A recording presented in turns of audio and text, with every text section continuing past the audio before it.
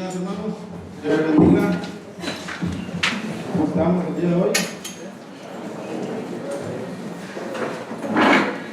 Cuando el Señor nos permite venir a conocerlo y estudiamos su palabra, nos damos cuenta de que el propósito por el cual fuimos creados o fue creado el ser humano es para que lo busquemos, lo alabemos y que un día estemos con Él.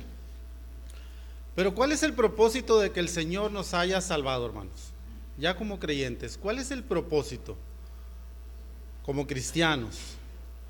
Y eso es lo que vamos a tratar de ver el día de hoy. No es el tema, pero me llama la atención. ¿Cuál es el propósito por el cual el Señor nos ha dado salvación a través de su Hijo Jesucristo?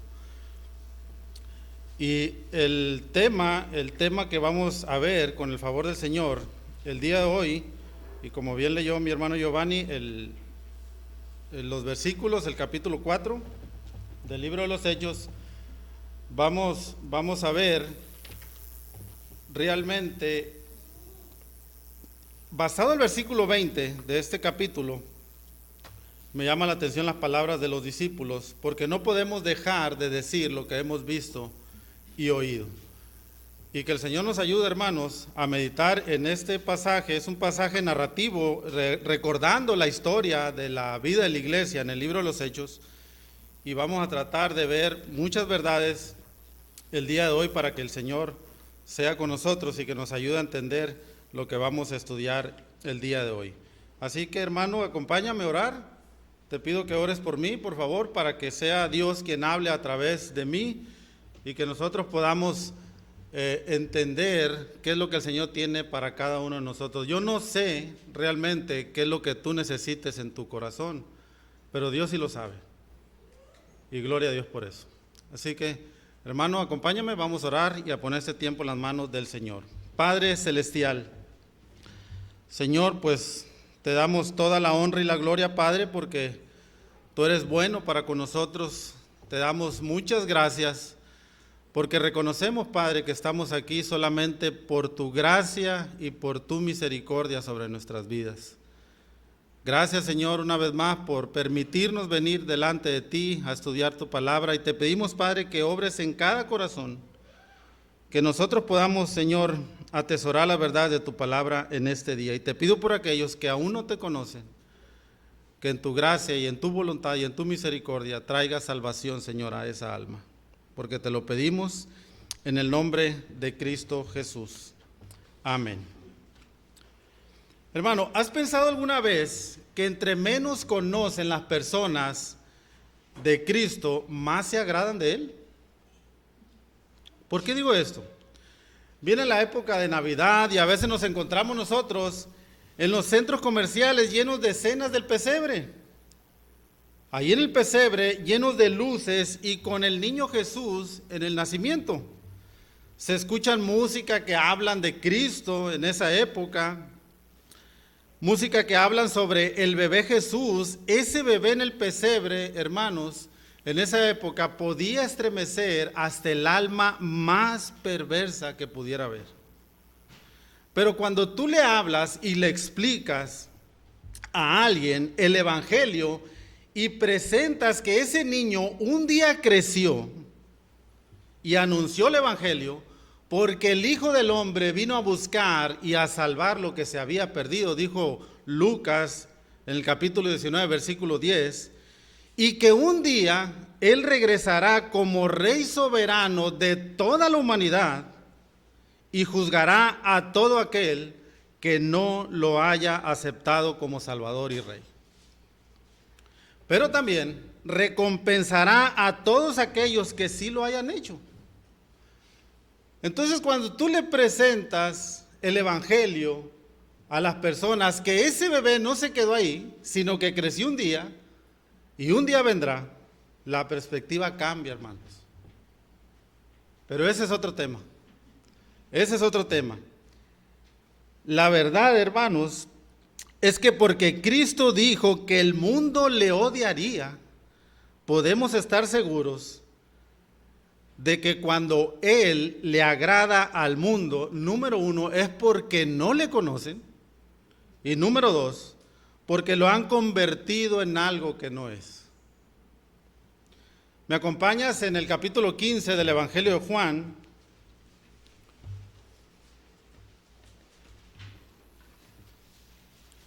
Capítulo 15 del Evangelio de Juan. Quiero ver nada más aquí cómo el Señor Jesucristo les anuncia a los discípulos qué es lo que iba a suceder con ellos. Capítulo 15 del Evangelio de San Juan, versículo 18 al 27. Y vamos a leer también 4 versículos del capítulo 16. Dice así, capítulo 15, verso 18.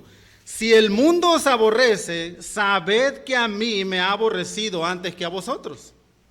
Si fuerais del mundo, el mundo amaría lo suyo, pero porque no sois del mundo, antes yo os elegí del mundo, por eso el mundo os aborrece. Acordaos de la palabra que yo os he dicho, el siervo no es mayor que su señor. Si a mí me han perseguido, también a vosotros os perseguirán. Si han guardado mi palabra, también guardarán la vuestra. Mas todo esto os harán por causa de mi nombre, porque no conocen al que me ha enviado. Si yo no hubiera venido ni les hubiera hablado, no tendrían pecado, pero ahora no tienen excusa por su pecado. El que me aborrece a mí, también a mi Padre aborrece. Si yo no hubiese hecho entre ellos obras que ningún otro ha hecho, no tendrían pecado, pero ahora han visto y han aborrecido a mí y a mi Padre. Pero esto es para que se cumpla la palabra que está escrita en su ley, sin causa me aborrecieron. Pero cuando venga el Consolador, a quien yo os enviaré del Padre, el Espíritu de verdad, el cual procede del Padre, Él dará testimonio acerca de mí. Y vosotros daréis testimonio también, porque habéis estado desde el principio, conmigo desde el principio. Capítulo 16, verso 1. Estas cosas os he hablado para que no tengáis tropiezo. Os expulsarán de las sinagogas, y aún viene la hora cuando cualquiera que os mate pensará que rinde servicio a Dios. Y harán esto porque no conocen al Padre ni a mí. Mas os he dicho estas cosas para que cuando llegue la hora os acordéis de que ya os lo había dicho. Recordemos, hermanos, que estas palabras el Señor Jesucristo se las dice a los discípulos antes de ir a la cruz. Pero el Señor resucita y luego del ascenso de nuestro Señor Jesucristo, el problema apareció en la joven iglesia allá en Jerusalén. Y eso es lo que vamos a ver con el favor del Señor el día de hoy. Vamos a ver los versículos del 1 al 8 de la parte A, el poder de Pedro a través del Espíritu Santo. Si me acompañan ahí, del libro de los Hechos, capítulo 4, dice la palabra del Señor. Dice que hablando ellos al pueblo, recordemos que Pedro en su discurso del capítulo 3, las palabras que les habla es en el versículo 19, arrepentimiento y conversión. Arrepiéntanse y conviértanse. Y en el versículo 26 se los vuelve a repetir, dice que el Señor, a vosotros primeramente, Dios habiendo levantado a su Hijo, lo envió para que os bendijese, a fin de que cada uno se convierta de su maldad. Ese era el propósito por el cual el Señor Jesucristo había venido, para que haya arrepentimiento y conversión. Y entonces dice el versículo 1, el capítulo 4, hablando ellos al pueblo, Pedro y Juan, vinieron sobre ellos los sacerdotes con el jefe de la guardia del templo y los saduceos. Y resentido de que enseñasen al pueblo y anunciasen en Jesús la resurrección de entre los muertos. Vemos aquí a un grupo o varios grupos. Primeramente vemos los sacerdotes. ¿Quiénes eran ellos? Bueno, ellos pertenecían al partido judío de los saduceos. Ahorita vamos a ver un poquito sobre eso, porque todo parte de este grupo de los saduceos. Vemos también al jefe de la guardia ahí. Bueno, ¿qué cargo tenía este jefe de la guardia? Bueno, tenía el cargo de velar por el templo, no, por el orden del templo. Él tenía ese cargo. Pero vamos a ver un poquito sobre los saduceos. ¿Quiénes eran estos hombres? La verdad, hermanos, es que Pedro y Juan realmente estaban enfrentando un serio problema ahí. Estaban en serios problemas. Los saduceos eran un grupo de hombres influyentes y adinerados, eran ellos. Y el sumo sacerdote era con frecuencia escogido entre el rango de ellos también. Pero colaboraban ellos con el gobierno romano de cualquier manera a fin de permanecer vivo el judaísmo. También dominaban ellos al Sanedrín o el concilio, que es lo que vamos a ver aquí, el cual era la Corte Suprema Judía, que eran 72 miembros de este grupo. Pero también los saduceos, ellos, hermanos, y aquí es donde se torna interesante lo que vamos a ver el mensaje. Los saduceos, ellos sostenían una triple negación. Número uno, negaban lo milagroso o sobrenatural. Negaban la existencia de espíritus invisibles o ángeles. Pero también negaban la resurrección de entre los muertos. Y también los saduceos tenían una situación, hermanos, aquí que enfrentar, o un dilema en decidir una cosa o la otra. Fíjense, por eso les decía, aquí es donde se torna interesante. Vemos lo que ellos negaban. Y aquí, hermanos, ¿qué había sucedido? Un hombre había sido milagrosamente sanado. Sucedió por medio de un milagro espiritual invisible. Y los créditos de ese milagro les son dados a un Jesús resucitado, a quien ellos habían matado unos meses atrás. Pedro y Juan, cuando vemos lo que ellos hicieron con este paralítico, ellos, hermanos, no habían quebrantado ninguna ley al sanar a este hombre. ¿Por qué? Ya que el poder para sanar se le atribuía a un hombre a quien el Sanedrín creía muerto. Y este era Jesús. En otras palabras, hermanos, si Pedro y Juan estaban en lo cierto, el Sanedrín estaba equivocado. Y hablando de este Sanedrín, de este grupo, y todos los que vamos a ver ahí más adelante, ellos eran los culpables de condenar a muerte, no a cualquier hombre, sino al propio Mesías, al propio Señor Jesucristo. Ellos estaban en problemas. Entonces, ¿qué hace ahora el Sanedrín?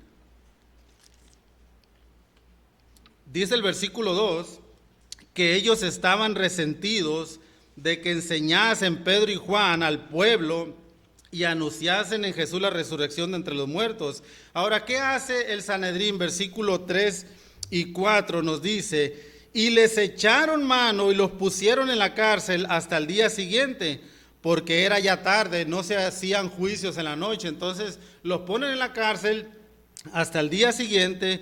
Pero dice el versículo 4, pero muchos de los que habían oído la palabra creyeron, y el número de los varones era como 5,000. Entonces, ¿qué hace el Sanedrín? Entonces les echan mano, los ponen en la cárcel hasta el día siguiente, toda la noche, y vamos a ver más adelante qué es lo que sucedió. Hermano, dicho de otra manera, recordemos, si vemos aquí, la ciudad estaba rebosando de personas, y esto fue de la noche a la mañana. ¿Por qué? Porque la noticia de que había sido sanado un paralítico y del Cristo resucitado que hizo que este milagro sucediera, la gente, hermanos, empezó a golpear de tal manera que ellos empezaron a hablar del evangelio, y viene este grupo de sacerdotes, vienen los saduceos a echar mano delante de los discípulos y los meten a la cárcel. Recordemos cómo el Señor Jesucristo les había anunciado lo que leímos ahorita, qué es lo que iba a suceder con ellos, y les dice: se los digo para que cuando suceda realmente no les extrañe. Y va sucediendo esto dentro de la iglesia de Jerusalén. Y vemos cómo Lucas nos dice, básicamente, hermano, nos está informando que muchos de los que habían escuchado la palabra de Dios a través de los discípulos habían creído. Es como diciendo Lucas, ¿sabes qué, hermanos? Y tenemos ya un registro en la iglesia, somos como 5,000 hombres. Y todos los que habían creído. Y esto, hermanos, sin contar las esposas, los hijos. Mucha gente estaba creyendo en Cristo. Versículos 5 al 6. Vamos a leer qué sucedió. Ya después, al día siguiente, dice, aconteció el día siguiente que se reunieron en Jerusalén los gobernantes, los ancianos y los escribas. Pero no solamente ellos, versículo 6. Y el sumo sacerdote, Anás y Caifás, y Juan y Alejandro, y todos los que eran de la familia de los sumos sacerdotes. Hermanos, imaginemos por un momento esta escena. Los 72 miembros del Sanedrín, sentados en sus lugares según el rango de ellos. Y era un semicírculo así, ¿no? No era un círculo completo. No sé si la tengan, Josué. ¿Tienes ahí la imagen, porfa? Vemos cómo ellos estaban sentados ahí, según el rango de ellos. Y hermanos, esta misma corte que vemos aquí, es donde Cristo mismo fue interrogado, enjuiciado y condenado. Son los mismos. Son los mismos. Y Lucas nos narra aquí, hermanos, los nombres de cada uno de ellos. ¿Quiénes estaban ahí? Es como si Lucas nos dijera, hermano, no van a creer quiénes estaban ahí. ¿Quiénes estaban ahí? Estaban los gobernantes, los ancianos, los escribas, el sumo sacerdote, Anás y Caifás, tal y tal fulano. Todos estaban ahí. Los gobernadores, los ancianos, tal escriba. Y recuerden, hermanos, que estos dos hombres, Anás y Caifás, ellos jugaron un papel muy importante en el juicio contra el Señor Jesucristo, en esa sentencia de muerte contra nuestro Señor Jesucristo. Entonces Pedro y Juan, seguramente, hermanos, imagínense enfrente de ellos cómo estarían su condición. Intimidados frente a estos hombres poderosos, influyentes, adinerados. Y no solamente con esto, sino vestidos con túnicas finas realmente, expertos en doctorados, seminarios, expertos en la palabra de Dios. ¿Y cómo estaban Pedro y Juan frente a ellos? ¿Cómo serían sus ropas? Vestidos con sandalias, todos polvorientos, delante de ellos, pobremente vestidos. Para ellos, para hablar, unos don nadie, definitivamente, frente a estos gigantes poderosos de esa época. Pero lo maravilloso, hermanos, que ellos traían un mensaje más grande que cualquier otro, el mensaje de Cristo, el mensaje de salvación, el mensaje del Evangelio, y que es lo que vamos a ver más adelante. Hermanos, si había un momento en el que Pedro y Juan pudieron haber pensado en qué nos metimos, era ese momento. ¿En qué estamos metidos? Pero hermanos, ahí, en ese momento, es donde ellos demostrarían que eran diferentes a los demás. Porque ellos habían declarado creer en Cristo como Señor y Salvador. Versículos 7 al 8. ¿Qué sucedió? Y poniéndoles en medio, les preguntaron, ¿con qué potestad o en qué nombre habéis hecho vosotros esto? Entonces Pedro, lleno del Espíritu Santo, les dijo. Entonces vemos, hermanos, que Pedro y Juan son puestos en medio de estos hombres y se les exige que dijeran y explicaran con qué autoridad unos simples hombres comunes y corrientes, como ellos, habían actuado de esta manera. Y esto de simple y corriente es lo que vamos a ver más adelante en el versículo 13. las características, cómo se dirigen a ellos este grupo de religiosos, saduceos, sacerdotes, escribas, los que estaban ahí. Pero recordemos, hermanos, ¿se acuerdan las palabras en el versículo 8 del capítulo 1, la promesa del Señor Jesucristo para ellos? Pero recibiréis poder. ¿Cuándo? Cuando haya venido sobre vosotros el Espíritu Santo. Y me seréis testigos en Jerusalén. Ahí estaban ellos, para ser testigos de la verdad de Dios. Y por eso dice el versículo 8, entonces Pedro, lleno del Espíritu Santo, les va a hablar. Hermanos, esto es importante y maravilloso para nosotros porque existen muchos momentos en nuestras vidas cuando el Espíritu Santo de Dios domina nuestras mentes, nuestros corazones y nuestra boca, que podemos hablar con claridad la palabra de Dios. Es el Espíritu Santo dentro de nosotros. A veces he platicado con hermanos, hermano, es que no sé cómo es que hablé estas cosas, el evangelio a tal y tal persona. Hermano, es el Espíritu Santo morando dentro de ti.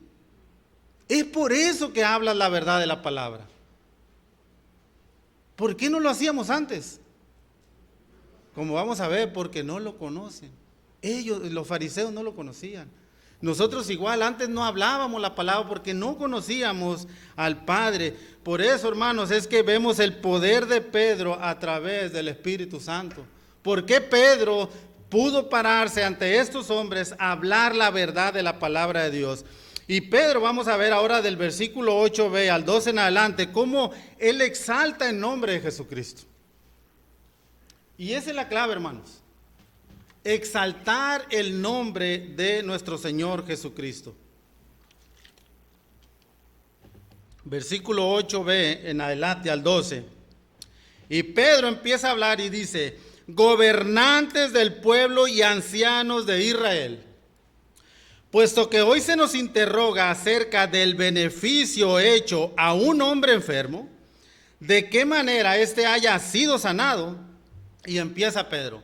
Sea notorio a todos vosotros y a todo el pueblo de Israel que en el nombre de Jesucristo de Nazaret, a quien vosotros crucificasteis y a quien Dios resucitó de los muertos, por él este hombre está en vuestra presencia sano. Por él. Por eso Pedro exalta el nombre de Cristo. Hermano, ¿puedes imaginar a Anás y a Caifás retorcerse en sus asientos? Vean lo que dice el versículo 10.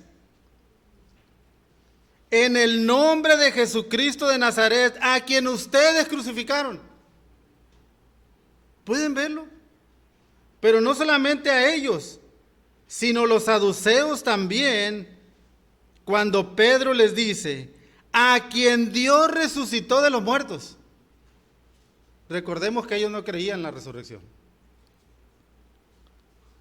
Por él, este hombre está en vuestra presencia sano. Imagínense la cara de ellos. Cuando Pedro exalta el nombre de Cristo, recordemos que ellos lo rechazaban rotundamente. Y les habla Pedro y les dice, fue Cristo a quien ustedes crucificaron, lo mataron y ustedes lo creen muerto. Él fue. Y vemos el versículo 11. Este Jesús es la piedra reprobada por vosotros los edificadores, la cual ha venido a ser cabeza del ángulo. Los constructores, hermanos, en esa época, ellos agarraban piedras para hacer las construcciones de las paredes o lo que sea, y si había una piedra que no encajaba, simplemente la rechazaban. Pero ¿qué sucedía aquí con el Sanedrín? Bueno, ellos, hermanos, por eso Pedro le dice, este Jesús es la piedra reprobada por ustedes, los edificadores. Ellos se creían a sí mismos como los constructores y el sostén del templo. Por eso Pedro se los dice. Y ellos, hermanos, habían desechado al que verdaderamente lo es, que es Cristo. Y citando Pedro el Salmo 118, versículo 22, que dice, la piedra que desecharon los edificadores ha venido a ser cabeza del ángulo. Y Pedro, hermano, va a seguir, versículo 12, porque él no termina todavía, hablando de que, el versículo 11, que Cristo es el sostén, o sea, la piedra más importante del edificio, que es la iglesia. Versículo 12, dice Pedro, y este es el tema clave, hermano, de este pasaje, y en ningún otro hay salvación. ¿Por qué? Dice Pedro, porque no hay otro nombre bajo el cielo dado a los hombres en que podamos ser salvos. No hay. En ningún otro hay salvación. Nada. En el nombre de Cristo.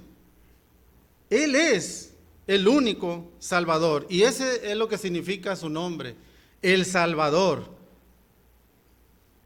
En Él solamente hay salvación. Su nombre significa Salvador. Y aquí vemos, hermanos, una doble declaración de Pedro. Pedro declara que Jesús es el único Salvador.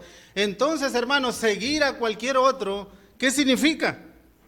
Es permanecer perdido totalmente. Si tú no crees en Cristo como el único Salvador, permaneces perdido. Cristo no es un Dios entre muchos dioses, que es lo que estamos viendo. Él es el único Dios. No hay más. Él no es un camino al cielo como varios caminos que a veces anuncian. Él es el único camino, Él es la única verdad. Entonces, hermanos, creer en cualquier otro mensaje que no sea el mensaje de Jesucristo es permanecer en la mentira y en el engaño. No hay más. En ningún otro hay salvación, porque no hay otro nombre bajo el cielo dado a los hombres en que podamos ser salvos. No hay más. Versículo 13 al 17 sigue y vamos a ver cómo el concilio, hermanos, intenta callar la verdad. Entonces, viendo el denuedo de Pedro y de Juan, y sabiendo que eran hombres sin letras y del vulgo, ¿qué sucedió? Se maravillaban y le reconocían que habían estado con Cristo. Y viendo al hombre que había sido sanado, que estaba en pie con ellos, no podían decir nada en su contra, porque había un testimonio ahí. Ellos lo habían visto, estaba un testimonio vivo de lo que había hecho el Señor Jesucristo. No podían decir nada en contra. Entonces les ordenaron que saliesen del concilio y conferenciaban entre sí diciendo, ¿qué haremos con estos hombres entonces? Porque de cierta señal manifiesta ha sido hecha por ellos y notoria a todos los que moran en Jerusalén, y no lo podemos negar. No hay evidencia, no hay manera de negarlo. Es imposible, es una verdad. Sin embargo, para que no se divulgue más entre el pueblo, ¿cuál es la conclusión de ellos? Amenacémosle para que no hablen de aquí en adelante a hombre alguno en ese nombre. ¿Qué intenta hacer el concilio? Intenta callar la verdad de Dios. Vemos las primeras palabras para describir a Pedro y a Juan, es sin letras, literalmente, hermanos, unos incapaces de escribir. Incapaces de escribir. Esa es la descripción de ellos para Pedro y Juan. Y la segunda es vulgo, personas comunes y corrientes. O sea, en otras palabras, Pedro y Juan no habían estudiado como ellos, como los rabinos, no habían ido a la escuela. Estos hombres sin letras, ¿cómo pueden hablar de esta manera? Fue lo mismo que le sucedió al Señor Jesucristo, ¿no? ¿Se acuerdan cuando Él regresa a Nazaret? La gente se admiraba de su doctrina, de lo que hablaba. Si nosotros lo conocemos, está su madre María y su padre José y sus hermanas, ¿cómo es que ahora viene hablando así? Lo mismo le sucedió a ellos. No habían ellos estudiado como nosotros y ellos siguen, ¿no?, hablando. Entonces nos damos cuenta, hermano, y seguramente después de un receso que sucede, lo vemos en el versículo 15, entonces ellos les ordenan que salgan por un momento y empezaron ellos a juntarse entre ellos a ver a qué conclusión llegarían. ¿Y cuál es el veredicto? El veredicto y la conclusión es: callen, no hablen más en este nombre a nadie. Les ordenamos que no hablen a nadie en ese nombre de Cristo ya. Y es interesante, hermano, porque vemos, por un lado, las señales eran hechas por el Espíritu Santo a través de los apóstoles, y por otro lado, otro grupo deseando que no hablen más en el nombre de Jesucristo de Nazaret. ¿Te das cuenta de esto, hermano? Que esta corte, el único interés que tiene, no tiene ningún interés de descubrir la verdad, sino que tiene el interés de hacer que desaparezca. Es lo único que quieren. Quieren callar la verdad de Dios. ¿Y será posible eso? Luego del veredicto, la corte manda a estos dos pescadores: callen. Les ordenamos que no vuelvan a mencionar nunca más su nombre. No queremos discutir sobre esto. No queremos pesar la evidencia, solo queremos que se queden tranquilos respecto a esto. No hablen más el tema, no le cuenten a nadie y mucho menos hablen en el nombre de Jesucristo de Nazaret. Ya que llegamos aquí, hermanos, quiero hacer unas aplicaciones y unas preguntas. ¿Qué representa tu Sanedrín hoy en día? ¿Quién intenta intimidarte para que te quedes callado? ¿Estás en silencio en este mundo lleno de pensamientos liberales, ideologías, en tu trabajo, en el gimnasio, en la escuela, con la familia, con tus amigos, con tus vecinos, tú joven que vas al gimnasio? ¿Estás en silencio en este mundo? ¿En dónde es que te sientes mal preparado y poco entrenado, que mejor es no decir nada, hermano? Para que no piensen que eres un religioso o un fanático. ¿Dónde se encuentra tu Sanedrín y qué significa para ti ponerte de pie como Pedro y Juan y ser testigo de la verdad sobre eso? ¿Dónde se encuentra tu Sanedrín?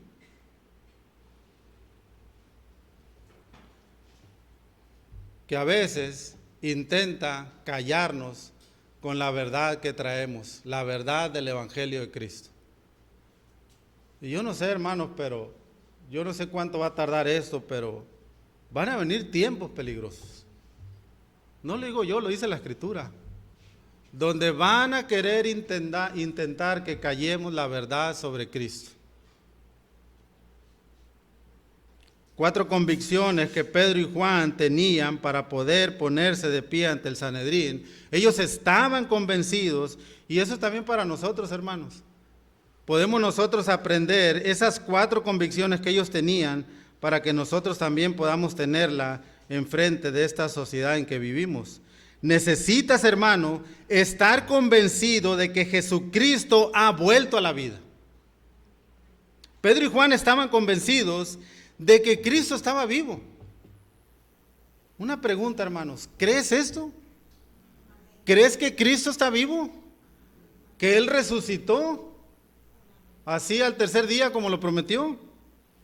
También, hermano, necesitas estar convencido de que Jesucristo es el único camino a la vida eterna.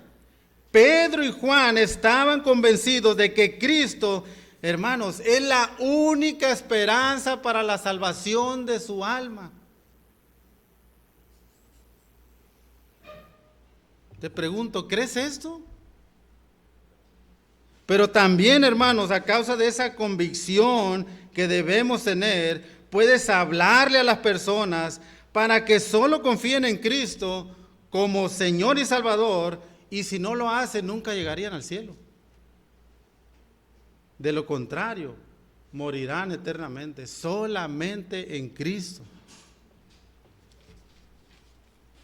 Necesitas también tener la convicción de que la salvación por medio de Jesucristo, hermano, es la única o la decisión más importante de tu vida. ¿Has tomado esta decisión? Estar convencido de que recibir a Cristo como tu único y suficiente Salvador, hermano, es la decisión más importante de tu vida. No hay otra. No se trata qué voy a estudiar, no se trata en qué voy a trabajar, con quién me voy a casar. Sí, son cosas importantes y decisiones importantes. Pero la decisión más importante, hermano, es que recibir a Cristo como tu único y suficiente Salvador para tu alma es la decisión más importante que podamos nosotros tener. Y por último, hermano, necesitas estar convencido de que la obediencia a Jesucristo es el único medio de la vida que vale la pena vivir. La obediencia al Señor. Hermanos, Pedro y Juan, ellos, hermanos, sabían perfectamente que podían ser condenados a muerte, aunque no hubiera motivo. ¿Se acuerdan lo que el Señor Jesucristo dijo? Sin causa me aborrecieron. Y ellos también podían pasarle lo mismo. Pero ellos sabían, hermanos, que podrían esperar la misma cruz a causa de esto, pero ellos también hicieron una diferencia. Porque el nombre de Cristo es más importante que su propia vida. Y ellos lo sabían. Investigando un poco, me puse a leer un poquito sobre Martín Lutero, y él descubrió, hermanos, que cualquiera que crea en Dios y su Hijo Jesucristo recibe el don gratuito de la justificación ante el Todopoderoso. Y él, leyendo, por fin había encontrado la respuesta a su pregunta. La salvación se alcanza por gracia divina y solo por medio de la fe. ¿Qué es lo que habla Efesios 2:8? Porque por gracia sois salvos por medio de la fe, y esto no es de vosotros, pues es un don de Dios. Por eso, hermanos, Martín Lutero, él expresa ante el concilio que tenía en esa época: a menos que se me convenza con las sagradas escrituras y la mera razón, acepto la autoridad de papas y concilios, pues se han contradicho entre sí, y mi conciencia es cautiva de la palabra de Dios. No puedo retractarme, y no me retractaré, dijo él. No me retractaré de nada, pues ir en contra de la conciencia no es justo ni seguro. Dios me ayude. Amén.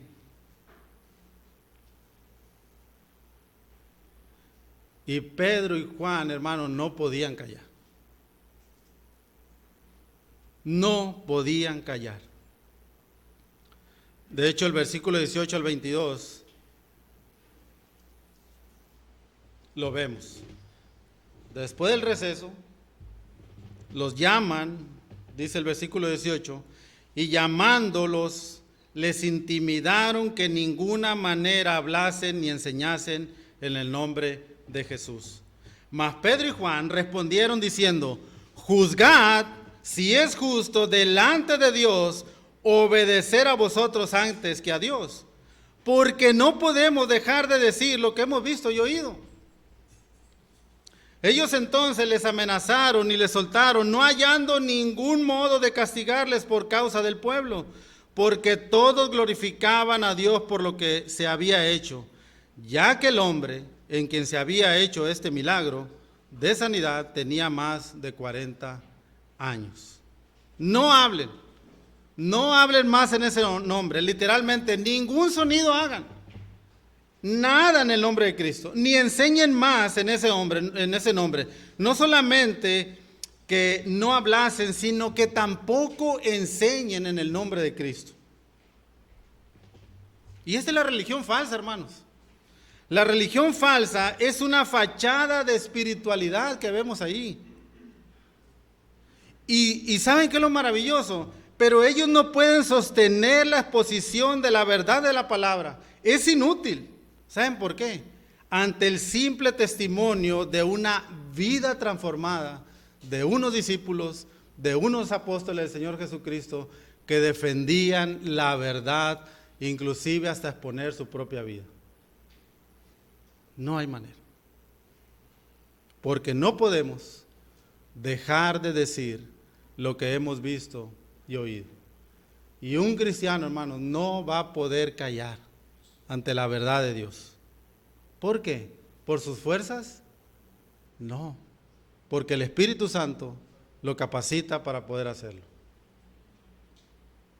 No hablen más.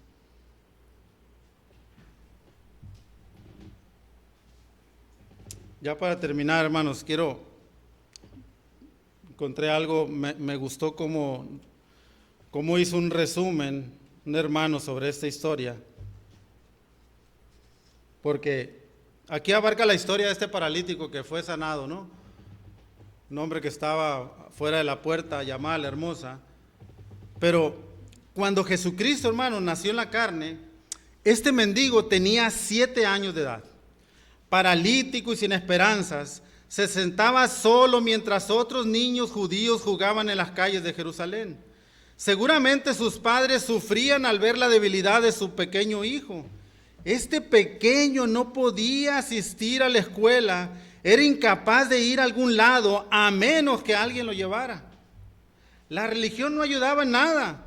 Seguramente los maestros de la ley cavilarían en sus corazones que había pecado en la vida de sus padres, lo cual había provocado a Dios el traer dolor a sus vidas. Cuando Jesús vino a Jerusalén, cuando él tenía 12 años, este mendigo tenía entonces unos 19 o 20 años de edad, y él empezaría su vida mendigando mientras Jesús a sus 12 años estaba sentado en el templo enseñando a los doctores de la ley, y todos los que lo oían se maravillaban. Este joven mendigo pedía limosna a unos metros de distancia de donde Jesús estaba. Cerca de 20 años pasarían cuando de repente Jesús entró en Jerusalén y la gente expresaba: Hosana, Hosana, bendito el que viene en el nombre del Señor. Mientras Jesús viajaba por la ciudad y enseñaba en el templo, seguramente por lo menos, hermano, 1 o 2 veces entró por la puerta La Hermosa, donde se sentaba el mendigo. La pregunta es, ¿se cruzarían sus ojos alguna vez? ¿Paró alguna vez Jesús para hablar con él?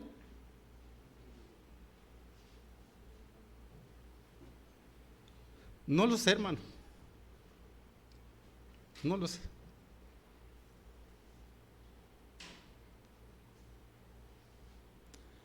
La verdad, hermanos, es que mientras Cristo sanó a otros, con este hombre no lo hizo. Él nunca se detuvo a sanarlo. Ahora Jesús se había ido, el milagroso se había ido, ya no había más esperanzas, nada más que seguir mendigando. Quizás sus padres, sus hermanos simplemente lo llevaban a su puesto justo fuera del templo, cerca de la puerta de La Hermosa. Entonces Pedro y Juan vinieron y probablemente él lo reconoció, hermanos, que habían estado con Cristo, y les pidió dinero.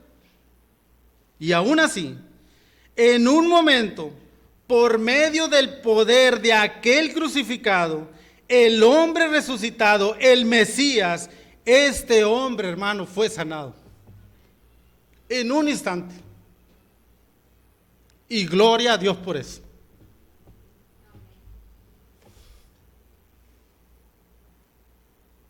En un instante. Por medio de aquel hombre que había sido crucificado en la cruz.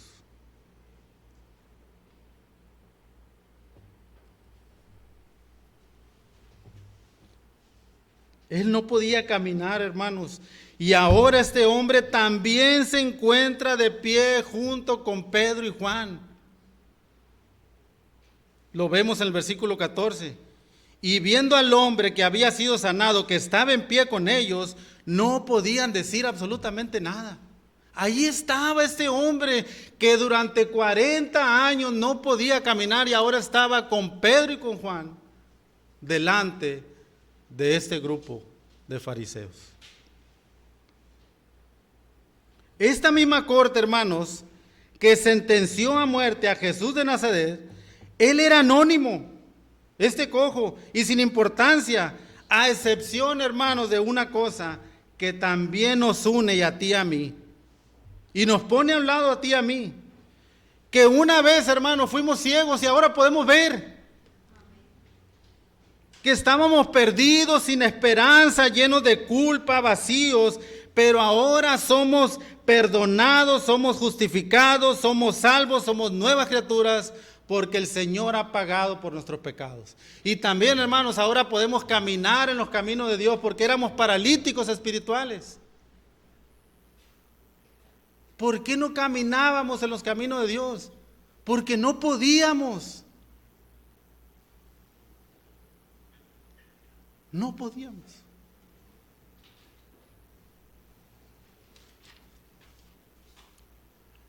Pero ahora, hermanos, ahora Él está de pie con Pedro y con Juan en esta corte, así como debemos estar nosotros en la nuestra también, en esta sociedad.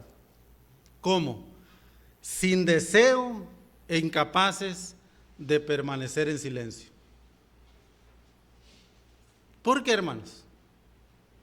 Porque conocemos la respuesta, porque tenemos la verdad. Y la verdad, hermanos, es que en ningún otro hay salvación. ¿Por qué? Porque no hay otro nombre bajo el cielo dado a los hombres que podamos ser salvos. No hay más. Por eso. Y llamará su nombre Jesús, porque Él salvará a su pueblo de sus pecados. Eso es la defensa que Pedro hace. En ningún otro hay salvación. Hermanos, yo te hago una pregunta. ¿Cómo podemos callar? ¿Cómo podemos dejar de decir lo que hemos visto y oído? ¿Cómo? Así que, hermano, te animo a que nos pongamos de pie para dar testimonio de una vida transformada por el poder maravilloso de Jesucristo, por el poder maravilloso del Espíritu Santo del Señor que nos ha transformado, porque su palabra dice, 2 Corintios 5:17, de modo que si alguno está en Cristo, nueva criatura es. Las cosas viejas pasaron, he aquí, todas son hechas nuevas. Amén. Pues gloria a Dios, que el Señor nos ayude a dar testimonio de la verdad de su palabra. Y tú que estás aquí, si no conoces a Jesucristo como Señor y Salvador, te invito a que vengas y clames a Él por el perdón de tus pecados y recibas el don de la vida eterna. Vamos a orar, hermanos. Padre Celestial, gracias te damos, Señor. Gracias, Padre, porque has traído salvación a nuestras vidas, a nuestras almas, porque como hemos leído, Señor, en ningún otro hay salvación, solamente en el nombre de tu Hijo amado Jesucristo. ¿Por qué? Porque no hay otro nombre bajo el cielo dado a los hombres en que podamos ser salvos. Así que, Señor, gracias, Señor, porque nos diste el don de la fe un día. Gracias, Señor, porque también éramos ciegos, como dijo este hombre en el capítulo 9 del Evangelio de Juan, pero ahora podía ver, igual nosotros, Señor. Gracias porque nos has dado el nuevo nacimiento y ahora podemos no solamente ver el reino de Dios, sino entrar en el reino de Dios. Alabado seas, Padre, porque todas estas cosas vienen de ti, Señor. Así que agradecidos contigo, Señor, ayúdanos a dar testimonio de lo que tú has hecho en nuestras vidas, porque te lo pedimos en el nombre de Jesucristo. Amén.